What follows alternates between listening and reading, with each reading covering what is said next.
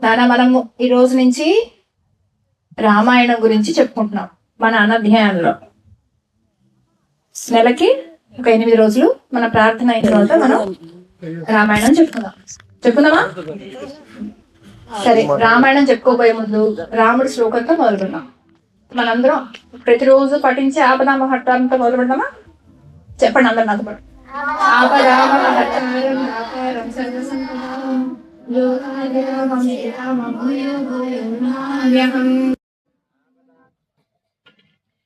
సరే, ఈ రోజు రామాయణం చెప్పుకుంటున్నాం కదా, నాకు మీరు ఫస్ట్ ఒక విషయం చెప్పాలి.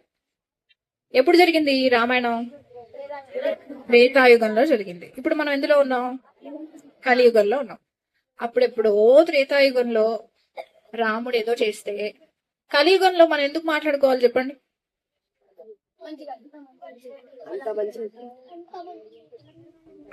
రాముడు యుగ యుగాలు మనం గుర్తు పెట్టుకొని ఆయన్ని స్మరించుకొని ఆయనలాగా ఉండటానికి మనం రాముడు గురించి మాట్లాడుకుంటాం.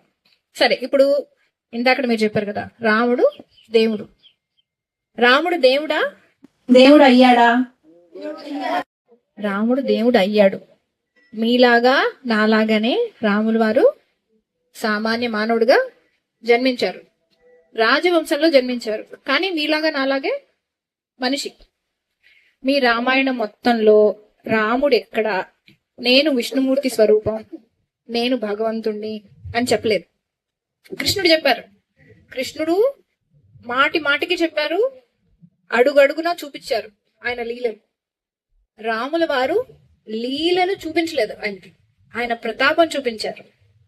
ఈ విషయం తెలుసా మీకు?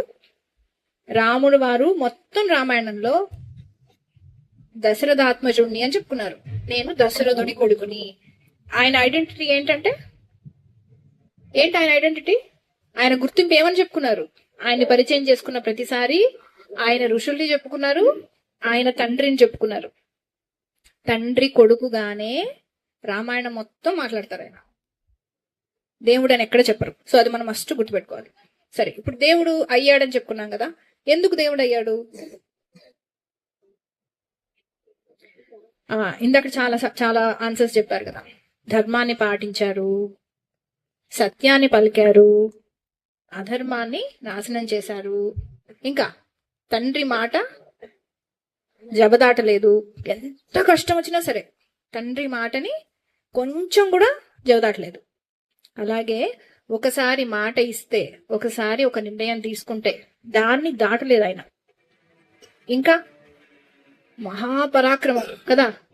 రాముల వారి యుద్ధం గురించి మాట్లాడుకుందాం మనం. ఆయన యుద్ధంలో ఏం చేశారు, రాక్షసుల్ని ఎలా సంహరించారు మనం మాట్లాడుకున్నాము. అది వింటే గూస్ బంప్స్ వస్తాయి. అప్పుడెప్పుడో జరిగింది, కానీ అది వింటూ ఉంటే మనకి చాలా నచ్చుతుంది. అబ్బా, ఎంత పరాక్రమం అనిపిస్తుంది. ఇంకేం చేశారు రాముల వారు? ఆయన సత్యం మాట్లాడతారు కదా అని కటువుగా మాట్లాడలేదు. చాలా ప్రియంగా మాట్లాడతారు, ఎవరిని కష్టం కలిగించకుండా మాట్లాడతారు. రాముల వారి కోపం వస్తుందా? రాదా? వస్తుంది. రాముల వారికి కోపం ఎందుకు వస్తుందో తెలుసా? ధర్మం సరిగ్గా నడవకపోతే కోపం వస్తుంది. ఆయన కోపం కూడా లోక కళ్యాణమే. కోపం వస్తుంది. ఎంత కోపం వస్తుంది అంటే దేవతలు కూడా భయపడిపోతారు. మీకు ఒక చోట వస్తుంది, సముద్రుడికి బాణం ఎక్కువ పెడతారు, తెలుసా మీకు అది? లంకకి వెళ్ళి సీతమ్మ వారిని తీసుకురావడానికి సముద్రుడికి విల్లు ఎక్కుపెట్టగానే సముద్రుడు పరిగెత్తుకుంటూ వచ్చేస్తాడు. అప్పటి వరకు ప్రార్థిస్తాడు సముద్రుణ్ణి, కరుణించు, ఏదో ఒకటి చెయ్యి, నాకు మార్గం చూపించు అని. అప్పుడు వినలేదు. కానీ రాముడికి కోపం రాగానే సముద్రుడు దారికి వచ్చేస్తాడు. సో దేవతలు కూడా భయపడేంత పరాక్రమము, అంత కోపం. ఆయన కోపానికి భయపడతారు. అలాని కోపానికి కంట్రోల్లో లేకుండా ఉంటుంది ఆయనకి. ఆయన కోపం ఎప్పుడు కంట్రోల్ లేకుండా ఉంటుంది. సో ఇన్ని గుణాలు ఉన్నాయి కదా. మనం ఇప్పుడు 2 విషయాలు, ఒకటేమో రాముడు దేవుడు, విష్ణుమూర్తి స్వరూపం కాబట్టి మనం పూజించుకుంటాం. కానీ రాముడిని దేవుణ్ణి చేసామనుకోండి, దేవుణ్ణి చేసి ఆయన ఎక్కడో కూర్చోబెట్టాం అనుకోండి, మనకేం రాదు, కొంచెం పుణ్యం వస్తుంది. దేవుణ్ణి కదా, దేవుణ్ణి స్థుతి చేస్తున్నాం కాబట్టి పుణ్యం వస్తుంది, ఖచ్చితంగా వస్తుంది. కానీ మనకు పుణ్యం ఒకటి సరిపోతుందా? సరిపోతుందా? పుణ్యం కావాలి. కానీ రాముడిని దేవుడిని చేసి పూజా మందిరంలో ఒక విగ్రహమో పటమో పెట్టి దానికి ఒక పువ్వు పెట్టి రాముడి శ్లోకాలు చదివితే సరిపోదు. రాముల వారికి అది నచ్చదు, అది సరిపోదు ఆయనకి. ఎందుకని? ఇప్పుడు నేను దేవుడు గడిలోకి వెళ్ళి అబ్బా రాముడు సత్యవ్రతుడు ధర్మవ్రతుడు అని నేను చెప్పి తర్వాత బయటకు వచ్చి అన్ని పిచ్చి పనులు చేశాను అనుకోండి, రాముల వారికి నచ్చుతుందా? అస్సలు నచ్చదు. సో మనం రామాయణం ఎందుకు చదువుకోవాలి అంటే రాముడు ఎలా ఉన్నాడో చూసి నేర్చుకోవడం కోసం. మీకు ఇంకో విషయం చెప్పిన, పెద్దవాళ్ళు రామాయణాన్ని బాగా చదువుకుని దాన్ని జీర్ణం చేసుకున్న వాళ్ళు ఏం చెప్తారు తెలుసా?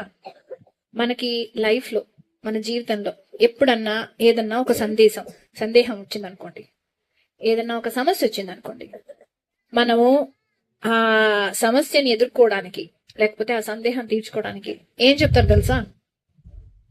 రామాయణాన్ని వెనక్కి వెళ్ళి రాముడు ఏం చేశాడో ఆలోచించమంటారు. ఇంకొక విషయం తెలుసా? ఒక చిన్న దర్భపుల్ల తీసుకుంటారు కొంతమంది పెద్దవాళ్ళు. ఏం చేస్తారంటే ఆ పుల్లని ఏం చేస్తారు, రామాయణం ఉంటుంది కదా ఇంట్లో, పుస్తకాలు అందరికీ ఉంటాయి కదా, రామాయణం పుస్తకం లేకపోతే అది ఇల్లే కాదు, ఖచ్చితంగా ఉండాలి రామాయణం. ఒక దర్భపుల్ల తీసుకుని, సన్నగా ఉంటుంది కదా దర్భపుల్ల, దాన్ని తీసుకొని ఎక్కడో ఒక చోట ఇలా పెడతారు, పెట్టి ఆ పేజ్ ఓపెన్ చేస్తారు.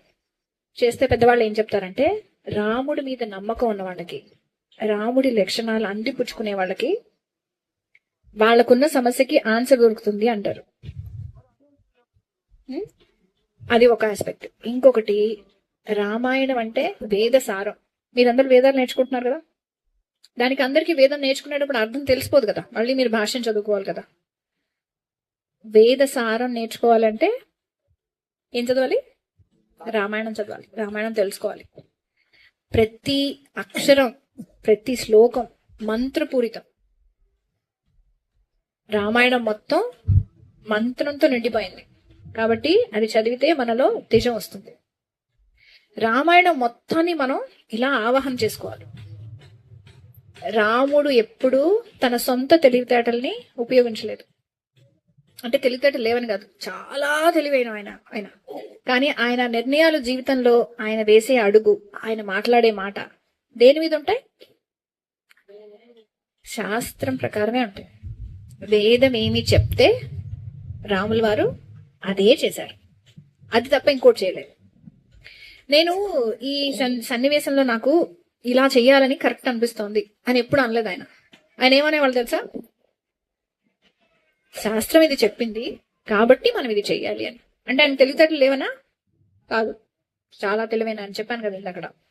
శాస్త్ర ప్రకారమే నడుచుకున్నారు ఆయన. సో మనం రాముడి జీవితంలో నేర్చుకోవాల్సినవి ఇవి, సరేనా? రామాయణం ఎవరు రాశారు? వాల్మీకి మహర్షి రాశారు. ఇది మొదటి వాంగ్మయం. ఇప్పటి వరకు వేదాలు ఉన్నాయి, మొదటిసారి రాసింది రామాయణమే. వాల్మీకి మహర్షిని మనం ప్రతిరోజు ఖచ్చితంగా తలుసుకోవాలి పొద్దున పూట.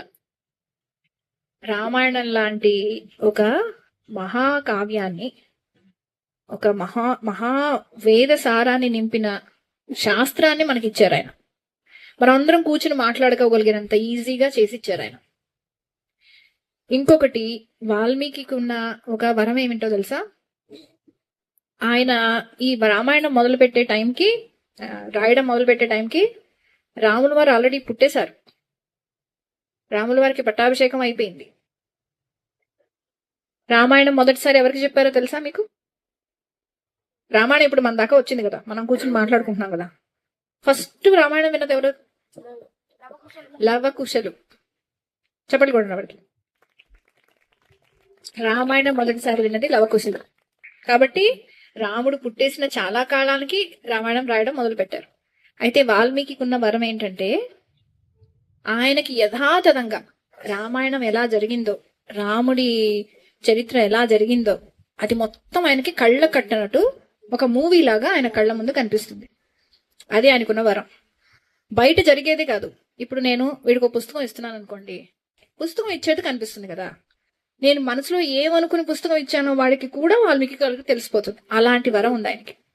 సో రామాయణంలో ఉన్న అందరూ పాత్రలు ఉంటాయి కదా, అన్ని పాత్రలు ఆ సన్నివేశంలో మనసులో ఏమనుకుంటున్నారు అనేది కూడా ఆయనకు తెలిసిపోతుంది. ఇంకొక వరం, రామాయణంలో ప్రతి అక్షరం సత్యమే. రామాయణంలో ఒక్క అబద్ధం లేదు. జరిగింది జరిగినట్టు రామాయణంలో ఉంది. మీకు చాలా మంది ఏం చెప్తారంటే ఆ రాముడు ఏమి కాదు, రాముడే నిజం కాదు, అలాంటివన్నీ చెప్తారు. అదేవి నమ్మకండి. రామాయణం అక్షర సత్యం జరిగింది. సరే, ఇప్పుడు మనం రామాయణంలోకి వెళ్దామా? రామాయణం ఎలా మొదలైందో తెలుసుకోవాలి కదా. ఫస్ట్ వాల్మీకి ఎందుకు రచించారో తెలుసుకోవాలి కదా. ఒకసారి వాల్మీకి ఆయన ఆశ్రమంలో శిష్యులతో కలిపి అధ్యయనం చేస్తున్నారు. పిల్లలు చెప్తున్నారు, శిష్యులతో మాట్లాడుతున్నారు. అప్పుడు నారద మహర్షి వచ్చారు. నారద మహర్షి చాలా గొప్ప మహర్షి. ఆయన దైవ చింతన, ధర్మం, అందరికీ ధర్మాన్ని బోధించటం, దేవుని అస్తిత్వాన్ని అందరికీ చెప్పడం ఆయన చేసే పని. ఆయనకి అది తప్ప వేరే ఇంకో చింత లేదు. నారద మహర్షిని చాలా గౌరవప్రదంగా పూజనీయమైన వ్యక్తిగా చూసుకోవాలి మనం. మరొకసారి వస్తారు వాల్మీకి దగ్గరికి. వస్తే వాల్మీకి వెంటనే వెళ్ళి ఆయనకి సత్కారాలు చేసి ఆయన పూజించుకొని ఆయనని ఒక ప్రశ్న అడుగుతారు. నారద మహర్షి అన్ని లోకాలు తిరుగుతారు కదా, అందుకని నారద మహర్షి కనిపించగానే ఈ ఋషులు ఏం చేసేవాళ్ళంటే ప్రశ్నలు అడిగేవాళ్ళు. వాళ్ళని ప్రశ్నలు ఎందుకు అడగాలి? ఆయన ఏదో వచ్చారు కదా, సరదాగా మన దగ్గర టైం ఉంది, అసలు టైం పాస్ చేద్దాం అని అడగాల? ఎందుకు అడగాలి? తెలుసుకోవడం కోసం అడగాలి, జిజ్ఞాసతో అడగాలి. మన దగ్గరికి పెద్దవాళ్ళు ఎవరైనా వచ్చారనుకో, మనకు తెలియని విషయాలు, వాళ్ళకి తెలిసిన విషయాలు చాలా ఉంటాయి. అందుకని మనం ప్రశ్నలు అడగాలి. ఎలా అడగాలి ప్రశ్నలు? వినయంగా అడగాలి, పొగరుగా అడగకూడదు. వాళ్ళు సమాధానం చెప్పడం మొదలు పెడితే మనం ఏం చేయాలి? శ్రద్ధగా వినాలి. నేను అడిగేశాను కదా, ఆయన ఏదో చెప్తాడు అలాగే చెప్తాడు అన్నట్టు కాదు, ఎంతో శ్రద్ధగా వినాలి. మీరందరికీ గుర్తుపెట్టుకోండి, పెద్దవాళ్ళని ప్రశ్నలు అడగాలి, మనకు తెలియని ప్రశ్నలు అడగాలి, వాళ్ళు చెప్పేది శ్రద్ధగా వినాలి, విని ఆకలింపు చేసుకోవాలి. అది మనందరం గుర్తుపెట్టుకోవాలి, సరేనా? మీరు ఏ పురాణం తీసుకోండి, మహాభారతం తీసుకోండి, రామాయణం తీసుకోండి, పెద్దవాళ్ళు, ఋషులు అలాంటి వాళ్ళు వచ్చినప్పుడు అందరూ సత్కరించి ముందు పూజించుకొని తర్వాత వాళ్ళని ప్రశ్నలు అడిగేవాళ్ళు. ప్రశ్నలు అడిగి సమాధానాలు తెలుసుకోవడం మన సనాతన ధర్మంలో ఒక ఇంపార్టెంట్ పాయింట్. అది చాలా రిలీజియన్స్ లో ఎలా ఉంటుంది అంటే, వాళ్ళు ఏదో చెప్తారు, ఒక బుక్ లో ఏదో ఉంటుంది, ఇంకా దాన్ని ప్రశ్నించకూడదు. ప్రశ్నిస్తే మీరు తప్పు చేసినట్టు, మీరు పాపం చేసినట్టు అని చెప్తారు. సనాతన ధర్మంలో అలాంటి కాన్సెప్ట్ లేదు. నేర్చుకున్నది గురువు నుంచి శిష్యుడికి ఎప్పుడు వచ్చినా ప్రశ్నోత్తరాల ద్వారానే వచ్చింది. నాకు ఇది తెలియదు, మీరు ఇది చెప్పారు కదా, కానీ నాకు అర్థం కావట్లేదు, మీరు చెప్పండి దీని గురించి అని గురువుని శిష్యుడు అడిగి అడిగి వినయంతో, అది మర్చిపోకూడదు, మళ్ళీ అహంకారంగా అడగకూడదు, వినయంతో అడిగి అడిగి తెలుసుకున్నారు. మన సనాతన ధర్మంలో ప్రశ్నకి అంత ప్రాముఖ్యత ఉంది. ప్రతి ప్రశ్న అడిగిన ప్రతిసారి ఒక అమూల్యమైన విషయం వచ్చేది వాళ్ళ దగ్గర నుంచి, ఋషుల దగ్గర నుంచి. ఈ రోజు మనం అవన్నీ నేర్చుకుంటున్నాం, మన దాకా వచ్చేది. కాబట్టి అది గుర్తుపెట్టుకోండి. సనాతన ధర్మం యొక్క ప్రత్యేకత ఏంటి? ప్రశ్నోత్తరాలు. ఓకేనా? సరే, అలాగే ఆయన వాల్మీకి తెలియందా? వాల్మీకి ఎంత గొప్ప మహర్షి, కానీ నాకు తెలియని ఉన్నాయి, నారదుల వారికి మాత్రమే తెలిసిన ఉన్నాయని తెలుసు ఆయనకి. నేర్చుకోవడం అనేది ఎక్కడ ఆగదు. మనకు చాలా పాండిత్యం వచ్చేసింది, ఇంకా నేను నేర్చుకోవాల్సింది ఏం లేదు అలాంటిది ఏం ఉండదు. మనం నేర్చుకోవాల్సింది ఎప్పుడూ ఉంటూనే ఉంటుంది, అది కూడా గుర్తుపెట్టుకోవాలి. అయితే నారద మహర్షి చూస్తే వాల్మీకి ఒక ప్రశ్న మనసులో వచ్చింది. ఆయన ఏమడిగారంటే, ఈరోజు భూమి మీద ఎక్కడైనా ఒక మహా వ్యక్తి ఉన్నారా? నాకు కొన్ని లక్షణాలు తోస్తున్నాయి, ఆ లక్షణాలన్నీ కలిపి ఒక ఒక ఒక గుంపు చేస్తే, ఒక పోగు చేస్తే ఒక మనిషిలాగా ఉండేవి మీకు ఎవరన్నా తెలుసా అని అడిగారు. ఎలాంటి లక్షణాలు అని అడిగారు? 16 లక్షణాలు అడిగారు. ఒక వ్యక్తిలో ఈ 16 లక్షణాలు ఉండి ఇప్పుడు నేను నా కంటితో చూడగలిగే వాళ్ళు ఎవరన్నా ఉన్నారా నారద మహర్షి అని అడిగారు.